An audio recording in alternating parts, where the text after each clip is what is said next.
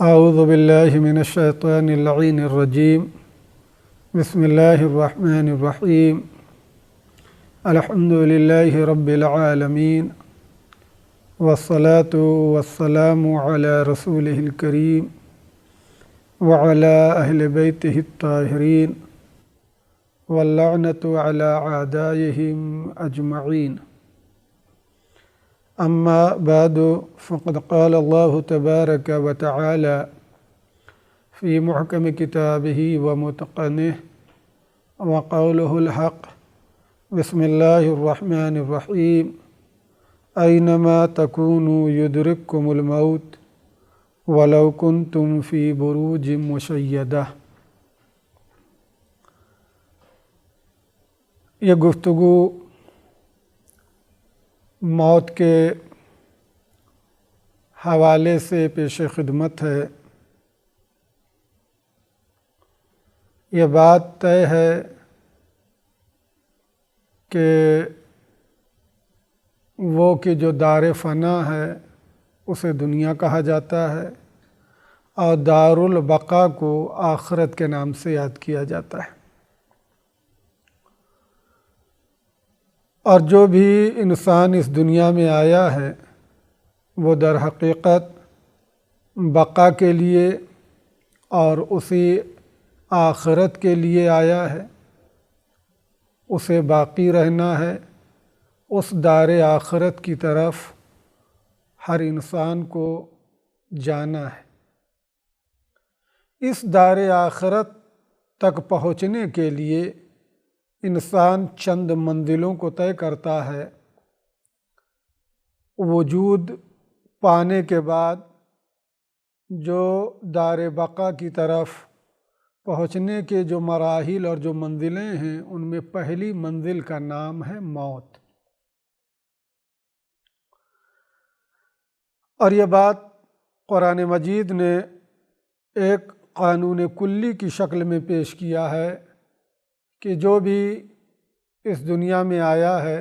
اسے اس دار فانی اور دنیا سے کوچ کرنا ہے۔ وہ یہاں رہنے اور یہاں باقی رہنے کے لیے نہیں آیا ہے۔ قرآن مجید نے مختلف تعبیروں سے اس بات کو لوگوں کے ذہنوں تک پہنچایا ہے۔ کہیں کہا کہ کل نفس ذائقۃ الموت،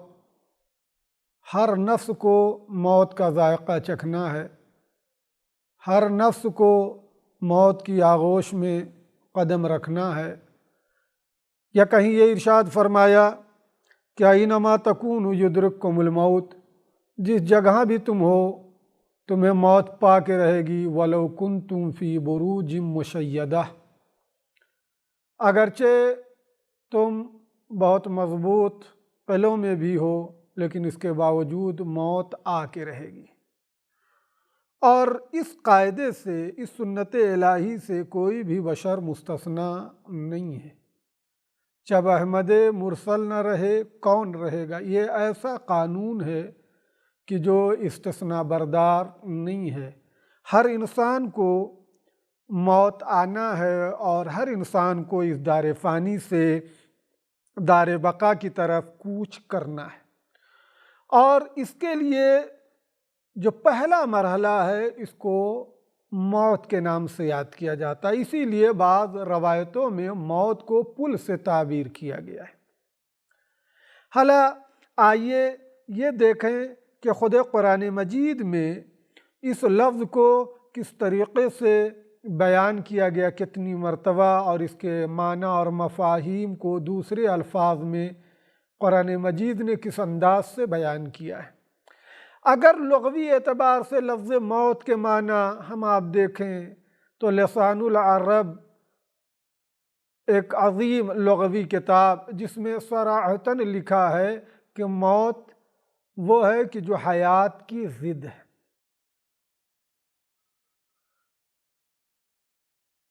نفی حیات کا نام موت ہے۔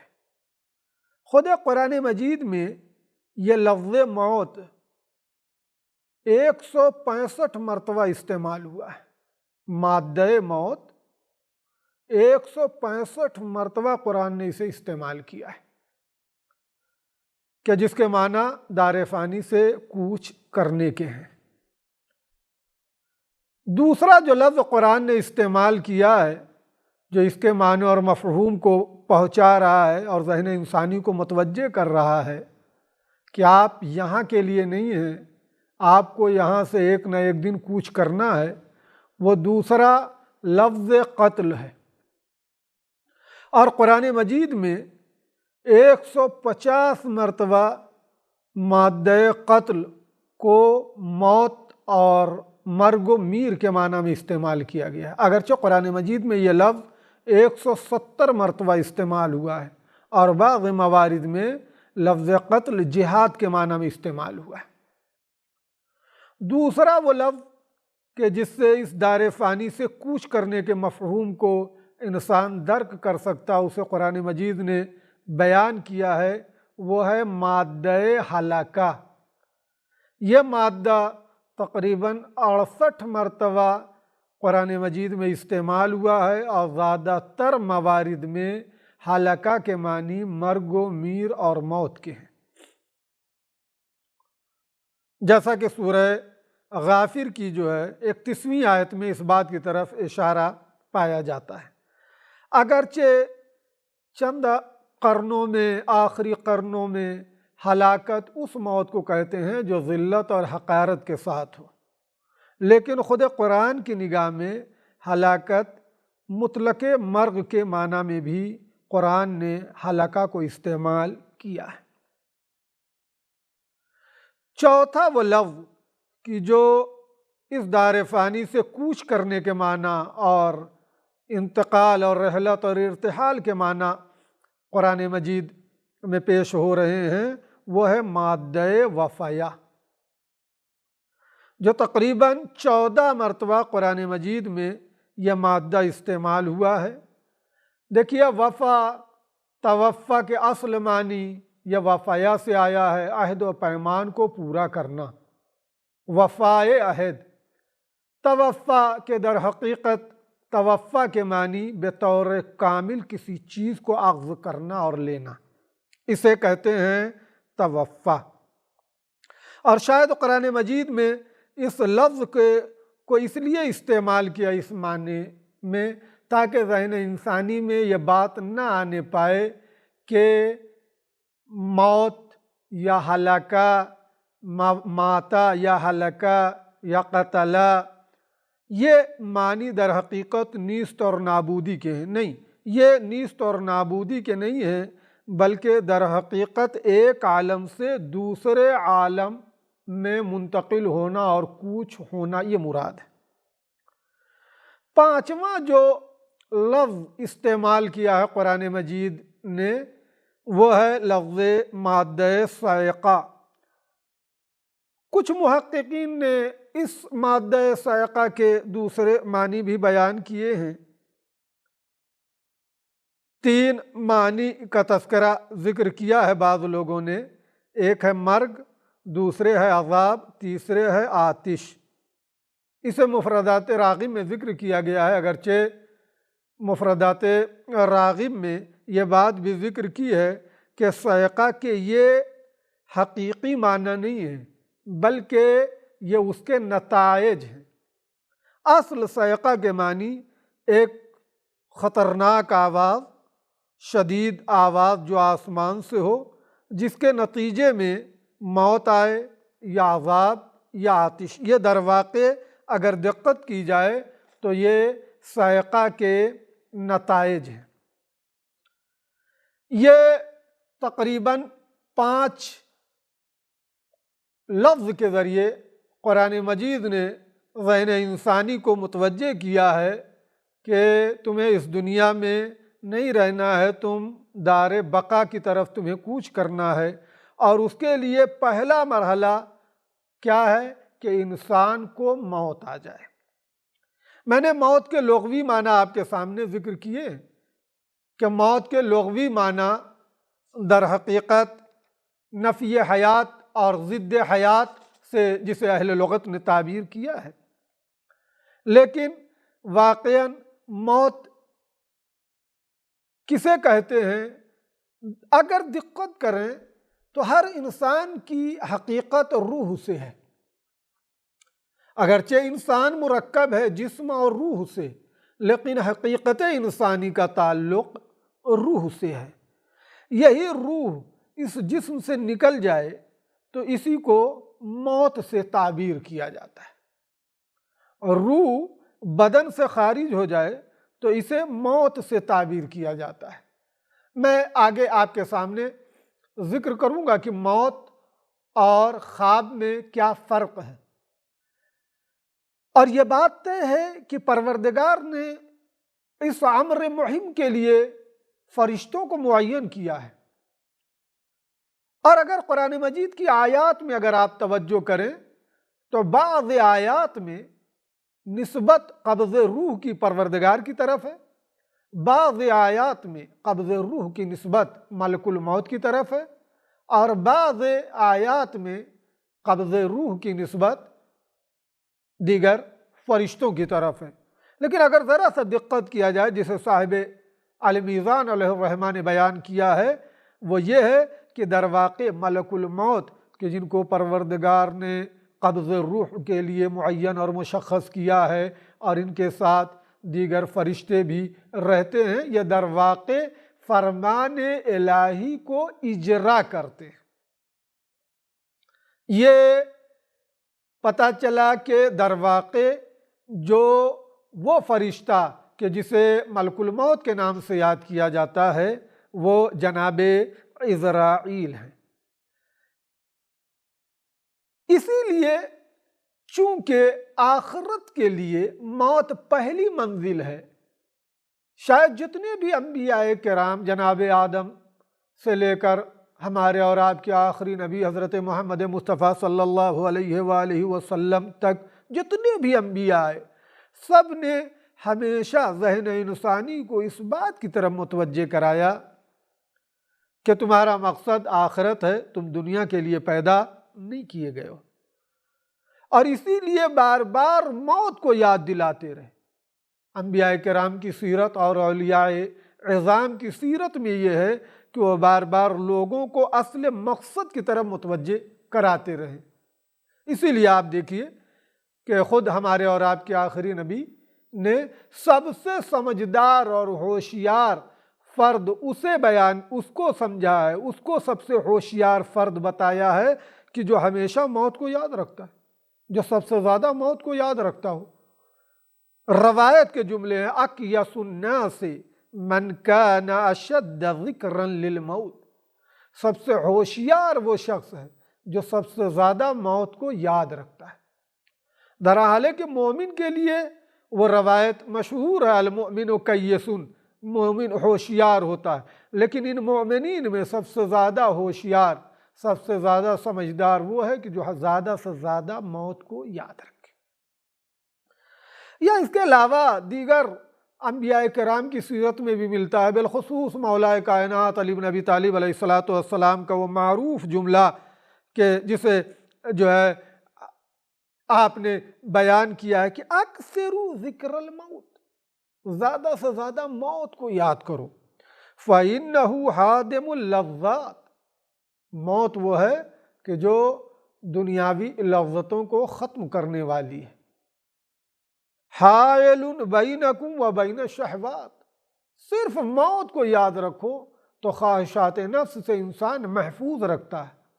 رہتا ہے۔ یہ در واقع انبیاء کرام اور اولیاء اعظام کی سیرت رہی ہے کہ ہمیں اور آپ کو متوجہ کرتے رہیں کہ تم لوگ ہمیشہ موت کو یاد رکھو۔ لیکن موت ایک ایسا لفظ ہے کہ جس سے ہر انسان اس لفظ سے گھبراتا ہے، اس لفظ کو سنتے ہی گھبرانے لگتا ہے۔ آخر وجہ کیا ہے؟ کیوں وہ لفظ کہ جو قرآن میں 165 بار استعمال ہوا، یا اس لفظ کے معنی اور مفہوم کو ادا کرنے والے دیگر الفاظ کو قرآن مجید نے متعدد مرتبہ استعمال کیا، ائمہ خدا علیہ الصلوۃ والسلام، انبیاء کرام علیہ الصلوۃ والسلام نے مسلسل انسان کو اس لفظ موت کی طرف متوجہ کرایا؟ آخر ریزن کیا ہے، سبب کیا ہے کہ اس کے باوجود بھی انسان موت سے ڈرتا ہے؟ ان اسباب اور علل کی طرف اگر توجہ کی جائے تو سب سے پہلا جو سبب ہے وہ ہے دنیا سے وابستگی اور محبت۔ یقیناً جو بھی افراد اس دنیا کو اپنا مقصد سمجھتے ہیں، اس دنیا سے لو لگائے ہیں، اس دنیا سے محبت کرتے ہیں، یقیناً جب بھی وہ لفظ موت سنتے ہیں یا لفظ موت پر توجہ کرتے ہوں گے تو ان کے ذہن میں یہی تصور آتا ہوگا کہ اب ہم دنیاوی لذات سے محروم ہو جائیں گے، اب ہم ان دنیاوی امکانات سے دور ہو جائیں گے۔ اس بنا پر لوگوں کے ذہنوں میں لفظ موت سے وحشت اور خوف پیدا ہوتا ہے۔ پہلا ریزن دنیا سے وابستگی اور دنیا سے محبت۔ لیکن یقیناً جو لوگ دنیا سے محبت نہیں کرتے ہیں، دنیا کو محل گزر سمجھتے ہیں، دارالبلا سمجھتے ہیں، امتحان کا گھر سمجھتے ہیں، الدنیا مزرعۃ الآخرہ، اس تحت جو زندگی بسر کرتے ہیں، الدنیا متجر الاولیاء، اس نگاہ سے جو دنیا میں رہ کر زندگی بسر کرتے ہیں، یقیناً وہ موت سے نہیں ڈرتے۔ پس موت سے ڈرنے کا پہلا سبب یہ ہے کہ دنیا سے محبت اور دنیا سے وابستگی۔ دوسری چیز ہے کہ جس کی وجہ سے انسان اس لفظ سے گھبراتا ہے، وہ ہے حقیقت موت سے جہالت۔ نہیں انسان سمجھتا کہ موت ہے کیا، موت کی حقیقت کیا ہے۔ شاید موت کو نیستی اور نابودی سمجھتا ہے، در واقع موت نیستی اور نابودی کا نام نہیں ہے۔ موت ایک عالم سے دوسرے عالم تک منتقل ہونے کا ذریعہ ہے، اسے موت کہتے ہیں۔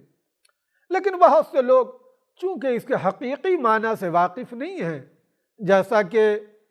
امام حسن عسکری علیہ السلام سے نقل ہے کہ فرماتے ہیں کہ میرے والد بزرگوار حضرت امام علی نقی علیہ السلام اپنے کسی صحابی کی عیادت کے لیے گئے، اور جب آپ عیادت کے لیے وہاں پہنچے تو آپ نے دیکھا کہ آپ کے اس چاہنے والے اور اس صحابی کے پیشانی پر حیرانی اور پریشانی کے آثار ظاہر ہیں۔ آپ فوراً آپ نے آواز دی، لگتا ایسا ہے کہ تم موت کی حقیقت سے جاہل ہو۔ اس کے بعد آپ نے اپنے اس صحابی سے کہا، میں تم سے سوال کرتا ہوں، تم جواب دو۔ اگر تمہارے بدن پر کثافتیں ہوں، گندگیاں ہوں، تمہارے بدن میں طرح طرح کی بیماریاں پائی جاتی ہوں، اور یہ کہا جائے کہ تم جاؤ حمام اور غسل کر لو یا اس دریا میں چلے جاؤ غوطہ لگا لو، جتنی بیماری جتنی کثافتیں یہ سب دور ہو جائیں گی، ختم ہو جائیں گی، تو تم کیا کرو گے؟ اس نے کہا، فرزند رسول صلی اللہ علیہ وآلہ وسلم، میں یقیناً جاؤں گا، حمام جاؤں گا، اس لیے کہ مجھے سکون ملے گا، وہ درد و رنج، وہ زحمت اور مشقت جو مجھے ان بیماری اور ان کثافتوں سے تھی وہ ختم ہو جائے گی۔ آپ نے آواز دی، در واقع مومن کے لیے موت ایسے ہی ہے۔ موت کے ذریعے سے مومن اپنے گناہ، اپنے امراض اور اپنے معصیت سے محفوظ ہو جاتا ہے، بچ جاتا ہے، پاک ہو جاتا ہے، اس کے گناہ دھل جاتے ہیں۔ اور اس کے بعد روایت کے جملے ہیں، جب وہ اس حقیقت کو اس نے درک کر لیا کہ موت کہتے کسے ہیں، دار فنا سے دار بقا کی طرف لے جانے والی چیز کا نام موت ہے، اس نے فوراً موت کے لیے آمادہ ہوا اور جاں بحق ہوا۔ آپ اندازہ کریں، یہ در واقع دوسرا ریزن ہے کہ انسان جو حیران اور پریشان ہوتا ہے لفظ موت سے۔ اور اگر تیسرے ریزن پر اگر آپ دقت کریں، جو تیسرا ریزن ہے وہ اپنے کیے ہوئے اعمال کا خوف ہے۔ اس دنیا میں رہ کے انسان جبکہ اسے یقین ہے کہ معاد ہے، جبکہ اسے معاد کا احتمال پایا جا رہا ہے، اس کی نگاہ میں معاد کے وقوع اور واقع ہونے کا احتمال ہے، ایسا شخص اگر موت سے ڈرتا ہے تو اس کا مطلب یہ ہے کہ اپنے کیے ہوئے اعمال کی وجہ سے، جو اس نے اعمال اور افعال اور کردار اور جو اس کا کیریکٹر ہے، اس کی بنا پر اسے خوف اور ہراس موت سے پیدا ہوتا ہے۔ اور شاید اسی کی طرف قرآن مجید میں یہ اشارہ ملتا ہے، وَلَا يَتَمَنَّوْنَهُ أَبَدًا بِمَا قَدَّمَتْ أَيْدِيهِمْ وَاللَّهُ عَلِيمٌ بِالظَّالِمِينَ۔ سورہ جمعہ کی یہ آیہ کریمہ ہے کہ جس میں صراحتاً جو ہے وہ بیان کیا گیا ہے کہ یہودی موت سے کیوں ڈرتے ہیں، اس لیے کہ وہ اپنے کیے ہوئے اعمال پر انہیں یقین ہے کہ جو انہوں نے اعمال انجام دیے ہیں اس سے ان کا خدا راضی نہیں ہے۔ خود امام حسن مجتبی علیہ السلام نے کسی نے سوال کیا کہ لوگ ہمارے دلوں میں خوف کیوں ہے، موت سے ڈر کیوں پیدا ہوتا ہے، موت سے ہم کیوں ڈرتے ہیں؟ تو آپ نے بڑی اچھی مثال کے ذریعے اس بات کو پیش کیا ہے، انکم اخربتم آخرتکم وعمرتم دنیاکم، تم لوگوں نے اپنی آخرت کو برباد کر رکھا ہے اور دنیا کو آباد کر رکھا ہے، فانتم تکرہون النقلۃ من العمران الی الخراب، ظاہر سی بات ہے تم ڈرتے ہو اس خرابے سے، خرابے کی طرف جانے میں تمہیں ڈر لگتا ہے، اس آبادی سے، اس بستی سے جسے تم نے بسا رکھا ہے، یہاں سے بربادی اور اس خرابے کی طرف جانے میں تمہیں ڈر لگتا ہے۔ اور دیکھیے بڑی اچھی مثال واقعاً ہے اس چیز کے لیے، فرض کر لیجئے دو بھائی ہوں، دونوں اگر کسی دوسرے ملک گئے ہوئے ہوں کمانے کے لیے اور بڑی زحمت اور مشقت وہاں کر رہے ہوں رزق حلال کے حصول کے لیے، لیکن ایک بھائی جو کچھ کماتا ہے وہیں جاگیر، وہیں جائیداد، سب کچھ وہیں بناتا ہے، لیکن دوسرا بھائی جو کچھ زحمت اور مشقت سے رزق حلال پاتا ہے اس میں سے زیادہ تر حصہ اپنے ملک بھیجتا ہے، اپنے ماں باپ کے پاس بھیجتا ہے، اور اس کے ماں باپ ان پیسوں سے اس کے لیے یہاں پر اہتمام اور انتظام کیے رہتے ہیں۔ اگر یہ دونوں بھائی جو دونوں دوسرے ملک میں ہیں، اگر اس ملک کے حکماء اور حاکم وقت کا یہ اعلان ہو جائے کہ جتنے بھی ہمارے ملک میں دوسرے ملک کے افراد ہیں وہ ہمارا ملک چھوڑ کر چلے جائیں، اور ساتھ میں یہ بھی اعلان کر دیں کہ ان کی جتنی جاگیر ہے، جتنی پراپرٹی ہے، جتنی جائیداد ہے، سب کچھ سلب کر لی جائے گی اور وہ لے نہیں جا سکتے، آپ اندازہ کریں یہ دونوں بھائی جب اسی جگہ سے نکل رہے ہوں گے تو یقیناً وہ بھائی کہ جس نے سب کچھ یہاں بنایا تھا لیکن اب آ رہا ہے اپنے ملک جہاں کچھ نہیں بنایا، جہاں ایک پیسہ نہیں لگایا، یقیناً آتے ہوئے ڈر محسوس کرے گا، ڈرے گا، خوف محسوس ہوگا کہ اب ہم وہاں جا کے کیسے زندگی بسر کریں گے۔ لیکن وہ کہ جس نے وہاں کچھ نہیں بنایا، سب کچھ اپنے ماں باپ کے پاس بھیجتا رہا اور اپنے ملک میں سب کچھ بنایا، گھر وہاں بنایا، جاگیر وہاں بنائی، جائیداد وہاں بنائی، ایسا شخص آتے ہوئے بڑے سکون سے آئے گا اور یہ کہتا ہوا آئے گا ٹھیک ہے تم اپنے ملک سے نکالتے ہو نکال دو، ہم اپنے ملک جا کے زندگی بسر کریں گے۔ یہ در واقع جو خوف ہے موت سے صرف اس لیے ہے کہ انسان نے اپنی دنیا کو آباد کر رکھا ہے اور اپنی آخرت کی فکر نہیں کر رکھی ہے، چونکہ وہاں جانا ہے، یہی وہ موت ہے کہ جس کے ذریعے سے انسان وہاں منتقل ہوتا ہے۔ اور ایک چوتھا وہ ریزن ہے کہ جو تقریباً وابستگی یہ دنیا سے متعلق ہے، اور اسے روایت میں بھی ذکر کیا گیا ہے کہ کسی شخص نے آ کے سرکار ختمی مرتبت حضرت محمد مصطفیٰ صلی اللہ علیہ وآلہ وسلم سے پوچھا کہ اے اللہ کے رسول یہ بتائیے کہ میرے اندر موت سے ڈر کیوں پایا جاتا ہے، میں کیوں موت سے ڈرتا ہوں؟ فوراً آپ نے سوال کیا الک مال، کیا تمہارے پاس کچھ مال ہے؟ فقدمتہ، تم نے اس مال کو آخرت کے لیے کچھ بھیجا ہے، مہیا کر رکھا ہے؟ اس نے آواز دی نہیں۔ فرمایا فَمِن ثَمَّ لَا تُحِبُّ الْمَوْتِ، اس بنا پر تم موت سے محبت اور الفت نہیں کرتے ہو، محبت سے موت سے ڈرتے ہو۔ یہ وہ اسباب اور علل ہیں جس کی بنا پر انسان موت سے ڈرتا ہے۔ اچھا، جب موت آتی ہے، موت آنا ہی آنا ہے، کوئی بھی موت سے بچ نہیں سکتا ہے۔ دیکھیے، دو لفظیں ہمارے ہاں استعمال ہوتی ہیں، ایک ہے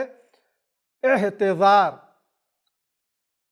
حالت احتضار،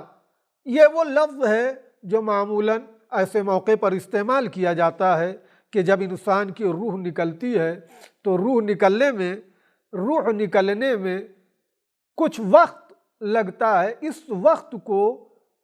وقت میں جو حالت پیدا ہوتی ہے اس مرنے والے کے لیے، اس حالت کو حالت احتضار کہتے ہیں،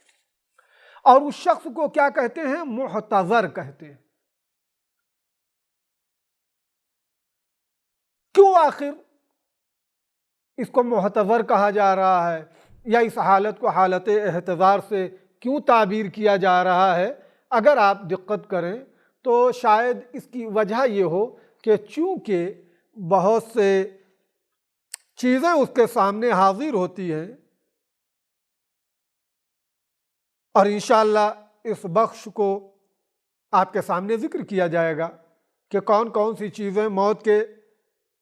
وقت انسان کے سامنے حاضر ہوتی ہیں۔ اسی بنا پر اس حالت کو حالت احتضار کے نام سے یاد کیا جاتا ہے۔ اور دوسرا وہ لفظ ہے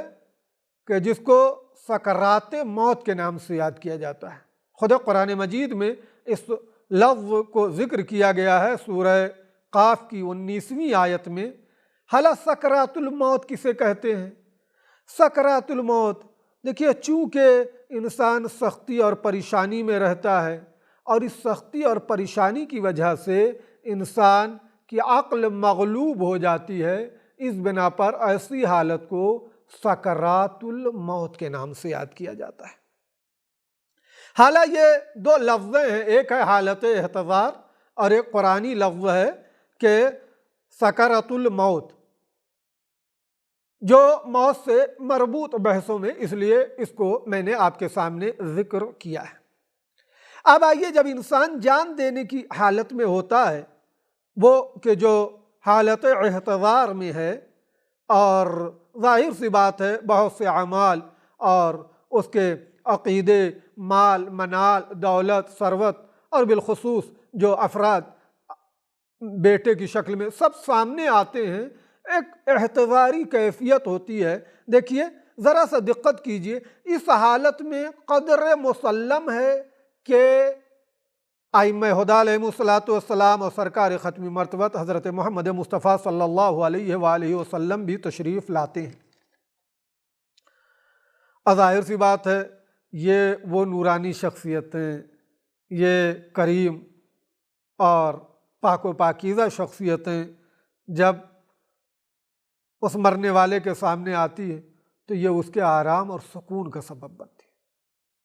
لیکن تب جب وہ مرنے والا ان سے محبت کرتا ہو اور ان کے لائے ہوئے فرامین اور لائے ہوئے آسمانی اور جو کچھ ان پر پروردگار نے نازل کیا ہے ان پر ایمان رکھتا ہو۔ لیکن اگر کافر ہے یا منافق ہے تو ایسی صورت میں ان انوار مقدسہ کے دیکھنے کے باوجود اسے صعوبت اور مشکلات کا جو ہے وہ سامنا ہوتا ہے۔ وہ سمجھ جاتا ہے کہ اب تلخیاں ہیں، اب سختیاں ہیں، یہ موت خبر دے رہی ہے کہ ابھی تک تمہارے لیے چھوٹ تھی، لیکن اب تم سختی اور عذاب میں مبتلا ہونے والے ہو۔ علامہ مجلسی علیہ الرحمہ بالخصوص ان روایتوں کو، جن روایتوں میں بیان کیا گیا ہے کہ ائمہ معصومین علیہم الصلاۃ والسلام مرنے والے کے پاس حاضر ہوتے ہیں، علامہ مجلسی علیہ الرحمہ نے ان روایتوں کو متواتر جانا ہے۔ متواتر اسے کہتے ہیں کہ جن روایتوں کے کذب پر ان راویوں کا اجتماع اور سازش کرنا ناممکن ہو، محال ہو، ان روایت کو کیا کہا جاتا ہے؟ روایت متواترہ کہا جاتا ہے۔ اور اسی لیے امیر کائنات علی بن ابی طالب علیہ السلام کا وہ مشہور شعر جو آپ نے حارث